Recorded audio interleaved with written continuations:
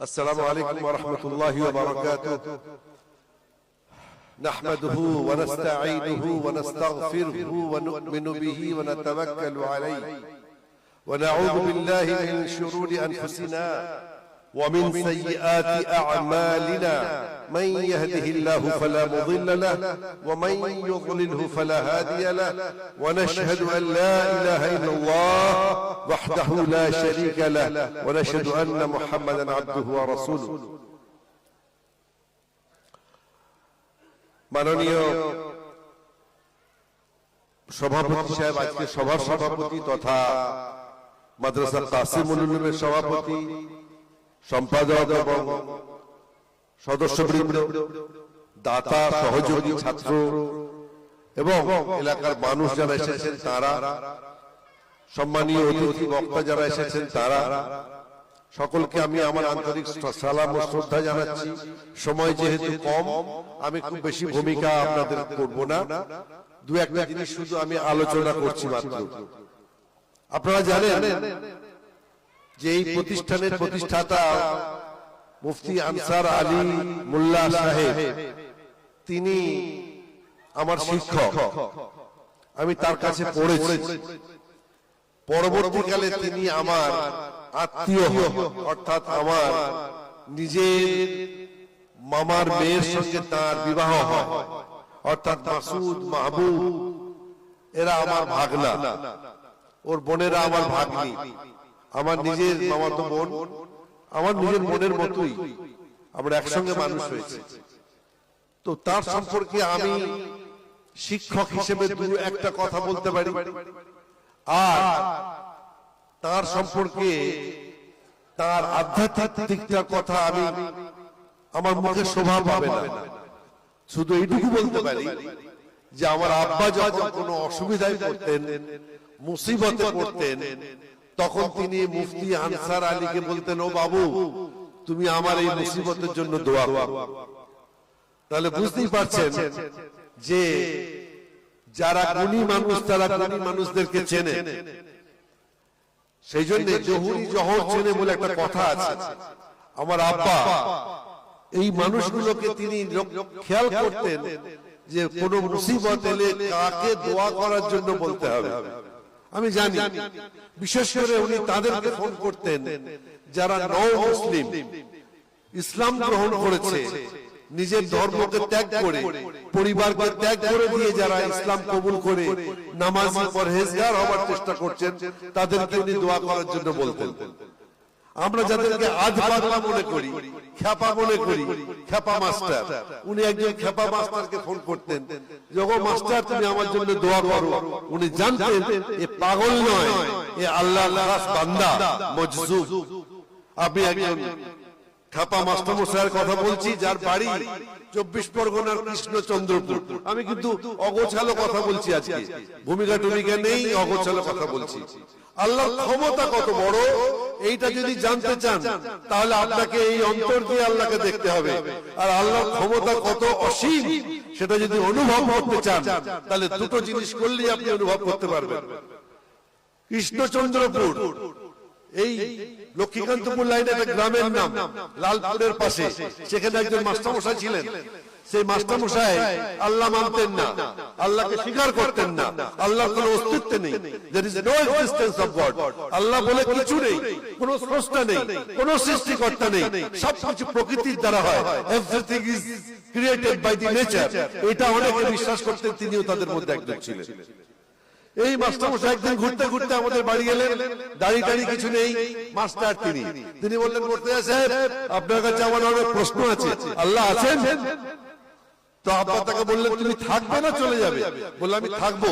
কতদিন থাকবে? বলে, আমার এখন ছুটি আছে, আমি স্কুলের মাস্টার, আমি যতদিন বলবেন আমি থাকবো, এখন আমার 1 মাস ছুটি, থাকো। সেই মাস্টারমশাইকে উনি গাড়িতে রাখলেন, রাখার পরে তার তালিম শুরু হলো আল্লাহর পক্ষ থেকে। তার আমার আব্বার সেই ক্ষমতা ছিল, তিনি একজন এমএ পাস মাস্টারমশাইকে তিনি তালিম দিচ্ছেন যে আল্লাহ ছাড়া এই বিশ্বের সবকিছু নিয়ন্ত্রিত হতে পারে না। যদি রাঁধুনি না হলে রান্না না হয়, যদি সুরকার না হলে গানের সৃষ্টি না হয়, যদি রাজমিস্ত্রি না হলে বিল্ডিং তৈরি হতে না পারে, ইঞ্জিনিয়ার না হলে মাইক তৈরি হতে না পারে, যদি ডেকোরেটরের এই মানুষটি না হলে ডিজাইনটা হতে না পারে, তাহলে সারা বিশ্বের চন্দ্র গ্রহ নক্ষত্র তারা সমস্ত কিছু চলতে পারে না। একজন তার পরিচালক আছেন, একজন তার নিয়ন্ত্রণকরণ আছেন, একজন তার কন্ট্রোলার আছেন। এটা তার মাথায় যখন ঢুকলো তিনি নামাজি হয়ে গেলেন, দাড়ি রাখলেন। এরপরে একদিন উনি শুনছেন যে শুনেছেন এই মাস্টার সিরাজ পাগল হয়ে গেছে। বললে আব্বা জলসায় গেছেন জয়নগর এলাকায়। বললে মাস্টার সিরাজ পাগল হয়ে গেছে কিরকম? বললে পাগল মানে এটা একটা কাণ্ড ঘটিয়ে ফেলেছে। বলে কি? বলে একদিন স্কুলে এসেছে শীতকাল, শীতকালে একদিন এসে দেখছি ফুল গাছের কাছে ঘোরাঘুরি করছে স্কুলে। যে ফুল গাছের সঙ্গে কথা বলছে, বলছে এই গোলাপ তুমি কার সৃষ্টি? তুমি আল্লাহর সৃষ্টি নও, তুমি সেই মহান স্রষ্টার সৃষ্টি নও। তো ফুল তো কথা বলতে পারছে না। তখন সব ছেলেরা বা পাশ থেকে মাস্টারমশাইরা তাকাচ্ছেন। আমি সত্য ঘটনা বলছি, আমি কোনো মিথ্যা বাড়াবাড়ি করছি না। আপনারা মনে করবেন যে মিথ্যাবাদী, কিন্তু কোনো স্থান নেই। তখন তিনি ফুলকে বলছেন, ফুল তোমার রং তো গোলাপ, গোলাপি, তুমি কি সাদা ফুল হতে পারো না? সেই আল্লাহর হুকুমে আস্তে আস্তে আস্তে আস্তে ফুলের রং সাদা হয়ে যাচ্ছে। সবাই প্রত্যক্ষ করছে যে যে ফুল গোলাপি ছিল সে ফুল আস্তে আস্তে সাদা হলো কি করে? কয়েক মিনিটের জন্য তারপরে আবার সে তার পুরনো রঙে ফিরে এসেছে। আল্লাহকে যখন কেউ ভালোবাসবে, আল্লাহকে যখন কেউ স্বীকার করবে, তখন তাকে আর অস্বীকার করানো সম্ভব হবে না। আমাদের দেশে যখন নাস্তিকবাদের প্রভাব পড়েছিল, যখন কমিউনিস্ট পার্টির প্রভাব পড়েছিল, যখন মুসলিম ছেলেরা দলে দলে কমিউনিস্ট পার্টিতে নাম লেখাচ্ছে, তখন জন্ম হয়েছিল গোলাম মোহাম্মদ মুর্তজা আর মুফতি আনসার আলী মোল্লা সাহেবের। শিরক, বিদআত এবং বেঈমানিকে খতম করবার জন্য তারা লড়াই করেছিলেন। সেই লড়াইয়ের সাথী ছিলেন শ্বশুরের সাথী জামাই, জামাইয়ের সাথী শ্বশুর, একসঙ্গে সভা করতে গেছেন। তিনি শিরক এবং বিদআতের বিরুদ্ধে কথা বলছেন বলে জগৎপুর লঙ্গরে তাদের দুজনকে রাত্রেই খুন করে দেওয়া হবে। ঠিক হয়ে গেছে, আজ রাত্রেই খুন করে দেওয়া হবে। সঙ্গে ছিল আমার আরেক বোনাই, যার সঙ্গে আমার নিজের বোনের বিয়ে হয়েছে, কারি শামসুদ্দিন। জগৎপুর লঙ্গরে সবাই ষড়যন্ত্র করে নিয়ে যাওয়া হয়েছে। কারা নিয়ে গেছে, কি বৃত্তান্ত, সে কথা আমি বলতে চাইছি না। তারপরে সঙ্গীকে গোলাম মোহাম্মদ মুর্তজা মরহুমের সঙ্গে মরহুম মুফতি আনসার আলী মোল্লা, সেখানে যখন ঠিক হয়ে গেছে আজ রাতেই এদেরকে মেরে দেওয়া হবে। এরা আমাদের রুটি কেড়ে নিচ্ছে, এরা আমাদের রুজি কেড়ে নিচ্ছে, এরা শিরক এবং বিদআতের বিরুদ্ধে বলছে, এরা ইসলামের পক্ষে বলছে, তাওহীদের পক্ষে বলছে, রিসালাতের পক্ষে বলছে। তখন একজন ভদ্রলোক দাঁড়িয়ে বলেছেন, তোমাদের কার ক্ষমতা আছে এই দুজনের গায়ে যদি তোমরা হাত দিয়েছো, আমি যদি তোমাদের দেশে নাবুদ না করতে পারি, তোমাদের এগেইনস্টে আমি মামলা করতে না পারি। আপনি কে? বলে আমি অমুক থানার একজন পুলিশ। আমি আজকে তোমাদের মজা দেখছি। এই গভীর রাত্রিতে, রাত্রি 2:30টার সময় তোমরা দুজন নিরস্ত্র মানুষকে খুন করবার পরিকল্পনা করছো। আল্লাহর মদদ এইভাবেই আসে, যেমন এসেছিল নবী রাসূল নবী করিম সাল্লাল্লাহু আলাইহি ওয়াসাল্লামের উপরে যখন তার সঙ্গী ছিলেন আবু বকর রাদিয়াল্লাহু আনহু। ঠিক সেই রকম আমার আব্বার সঙ্গী হিসেবে ছিলেন আবু বকর রাদিয়াল্লাহু আনহুর মতোই মুফতি আনসার আলী মোল্লা। আপনারা দেখেছেন কোরআনে সেই আয়াত আছে, যখন তিনি বিপদগ্রস্ত, যখন তিনি ভয় খাচ্ছেন, তখন কি বললেন? আল্লাহ লা তাহজান ইন্নাল্লাহা মা'ানা। সেই আল্লাহ সাহায্য এসেছিল মুফতি আনসার আলী সাহেবের উপরেও, সেই সাহায্য এসেছিল। কিন্তু কঠিন সংগ্রামটা করতে হয়েছিল। এই এলাকায় আপনারা জানেন শিরক এবং বিদআতের প্রভাব কেমন। এখনো মানুষ যখন কোনো বোঝা তোলে তখন বলে ইয়া আলী বলে একটা মাথায় বোঝা তোলে। শিরক যখন সে কোনো ভারী কাজ করে তখন বলে ইয়া গৌস, ঈমান নষ্ট হয়ে যেতে পারে। তাহলে আলী এবং গৌস কখনো ইসলাম হতে পারে না। যদি বলার অনুমতি থাকতো তাহলে তো আমরা ইয়া মুহাম্মদ বলতাম। তো ইয়া মুহাম্মদ বলারও পারমিশন নেই, ইয়া আল্লাহ ছাড়া আর কিচ্ছু বলার যেখানে পারমিশন নেই, সেই লড়াইটা করেছিলেন মুফতি আনসার আলী মোল্লা এবং গোলাম আহমদ মুর্তজা রাহিমাহুল্লাহ। সেই জন্য আসুন আমরা এই কথা আগে ঠিক করি, মাদ্রাসা প্রতিষ্ঠা করি, যাই করি না কেন নিজেদের ঈমানকে আগে ঠিক করতে হবে। যদি তাওহীদ, আল্লাহর একত্ববাদ, রিসালাতকে যদি আমরা বুঝতে না পারি, নবী মুহাম্মদ রাসূলুল্লাহ সাল্লাল্লাহু আলাইহি সাল্লামকে যদি বুঝতে না পারি, যদি খাজা বাবা, বড় পীর সাহেব আর গৌসুল আজমকে যদি আমরা মনে করি যে তারাই আমাদের রক্ষাকর্তা, ভুল হয়ে যাবে, ভুল হয়ে যাবে, ভুল হয়ে যাবে। সমস্ত ক্ষমতা সেই আল্লাহ। আমি একটা ঘটনা দিয়ে বলছি, আপনারা জানেন বাদশা বাবর তার একমাত্র প্রিয় সন্তান হুমায়ুন চরম অসুস্থ, এত অসুস্থ যে ডাক্তার, হাকিম, বৈদ্য তারা এসে বলে গেল হুমায়ুনের বাঁচার কোনো আর আশা নেই। বয়স মাত্র তার 20 বছরের কাছাকাছি। তখন হুমায়ুনের জন্য তার বাবা বাবর দোয়া করছেন আল্লাহর কাছে। সব আলেম ছিলেন, সব আলেম হাফিজ, দু একটা লোক বয়স ছিল মোগল পিরিয়ডে। আমরা কিন্তু সবাইকে বলেছি যে এরা ছিল হিন্দু বিদ্বেষী, এরা ছিল বন্দী ধ্বংসনকারী, এরা ছিল হিন্দু মেয়েদের ধর্ষণকারী। ভুল, ভুল এবং ভুল। সেই ইতিহাস আপনারা শুনেছেন। বাবা কোরআনের হাফেজ ছিলেন, আলিম ছিলেন, হাজি আল-হাজ হাজি ছিলেন। তারা আল্লাহর কাছে দোয়া করলে দোয়া তো কবুল হবে। যেমন আওরঙ্গজেব রাহমাতুল্লাহ আলাইহি বিখ্যাত আলেম ছিলেন, বিখ্যাত পণ্ডিত ছিলেন। তিনি রাজকোষ থেকে টাকা নিতেন না, নিজে হাতে কোরআন কপি করে তার ইনকাম তিনি খেতেন, নিজে হাতে টুপি সেলাই করতেন। তাকে বলছে হিন্দু বিদ্বেষী, তাকে বলছে হিন্দু মহিলাদের ধর্ষণকারী। ভুল ইতিহাস। আপনাদের ইতিহাসের পাঠ অন্য সময় হবে। আমি শুধু এইটুকু বলতে চাই, সেই বাবর হাত তুললেন, হে আল্লাহ, আমি বাবর, আমি বাদশাহ, আমি তোমার কাছে হাত পাচ্ছি। আজ আমি ভিখারি, আমার আয়ু দাও, আমার সন্তানকে তুমি দীর্ঘজীবী করো, তাতে যদি আমার আয়ু তুমি নিতে চাও নাও। এটা না বললেও হয়তো হতো। আস্তে আস্তে বাবর অসুস্থ হলেন, হুমায়ুন সুস্থ হলেন। এই ঘটনা ইতিহাসের ঘটনা, সাধারণ বইয়ে কথা পাবেন না। আমার বয়স যখন 13 বছর, তখন আমি অসুস্থ হয়ে আমি বিছানায় শয্যাশায়ী হয়ে গেলাম। আমাকে বাঁচানোর আর কোনো ডাক্তার নেই। আমার নিজের নানা ডাক্তার, তিনি বললেন, ও জামাই, ইয়াসিন আর বাঁচবে না। আমার বড় বড় সব ডাক্তাররা কলকাতার এনআরএস মেডিকেল কলেজ থেকে সব গেলেন, বদ্রীরা এলেন, হাকিমরা এলেন, বললেন এর যে রোগ হয়েছে বাঁচার কোনো সম্ভাবনা নেই। আমার আব্বা একদিন হাত তুললেন আল্লাহর কাছে তাহাজ্জুদের নামাজে। আমি বলেছি দুটো কাজ করলে আল্লাহকে চিনতে পারবেন আর আপনার সমস্যার সমাধান ইনশাআল্লাহ হবে।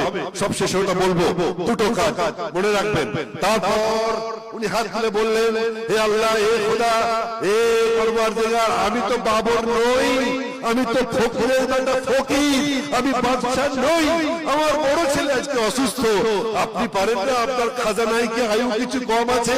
আমার আয়ু কেটে নয়, আমার ছেলেকে আয়ু দিতে হবে, সুস্থ করতে হবে। এবং তিনি নামাজ পড়ার পরে যখন আমার মাকে বলছেন, শুনছো, আমার ছেলে বাঁচবে ইনশাআল্লাহ, কাল থেকে দেখবে সুস্থ হয়ে যাবে। আপনারা শুনে অবাক হবেন। পরের দিন সকালবেলায় আমি সুস্থ হইনি।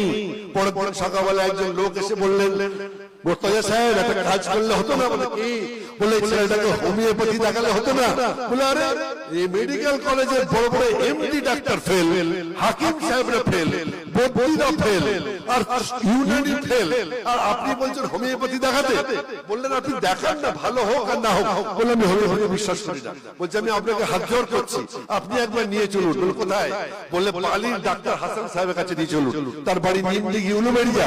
আমি আমাদের গাড়ি ছিল না, ট্রেনে করে আমাকে নিয়ে যাওয়া হলো। ডাক্তার হাসান সাহেব মুখ বুজে রোগী দেখছিলেন। তিনি বললেন, মুর্তজা সাহেব এসেছেন। কে মুর্তজা? বলে ওই ভক্ত সম্রাট মুর্তজা। বললেন এই সব বন্ধ করে দাও, উপরে নিয়ে চলো, আমি এখন রোগী দেখবো না। রোগী না দেখে তিনি উপরে গেলেন, তিনি ওষুধ দিলেন এবং বললেন এই ওষুধটা 1 বছর খেতে হবে, খাবার পরে আপনার ছেলে ইনশাআল্লাহ সুস্থ হয়ে যাবে। বিশ্বাস করুন, আল্লাহর কসম, আমি সেই ইয়াসিন সাক্ষ্য দিচ্ছি। ওষুধ খাওয়ার কয়েক ঘন্টা পর থেকে আমি শুয়েছিলাম, বসলাম, 7 দিনের মধ্যে দাঁড়ালাম, 15 দিনের মধ্যে ভলিবল খেলেছি, 1 বছরের মধ্যে পাহাড়ে উঠেছি। এসব ক্ষমতা কার? আল্লাহ। আল্লাহর এবং আল্লাহর সমস্ত বিশ্বাস আল্লাহর উপরে রাখুন। কোন পীর নয়, কোন গাউস নয়, কোন বড় পীর নয়, কোন বাগদাদ নয়, কোন আজমির নয়, সমস্ত কিছু সবকিছু নিয়ন্ত্রিত হয় আল্লাহর দ্বারা। সেই আল্লাহর উপর ভরসা রাখবেন, এটাকেই বলে তাওহীদ। আর যদি বলেন কি করলে দোয়া কবুল হবে, আমার কাছে আমাকে কি পীর সাহেবের কাছে যেতে হবে? নো পীর, কাউকে দরকার নেই। আপনি নিজেই আপনার পীর, আপনি নিজেই আপনি আল্লাহর কাছে সাহায্য প্রার্থী হবে।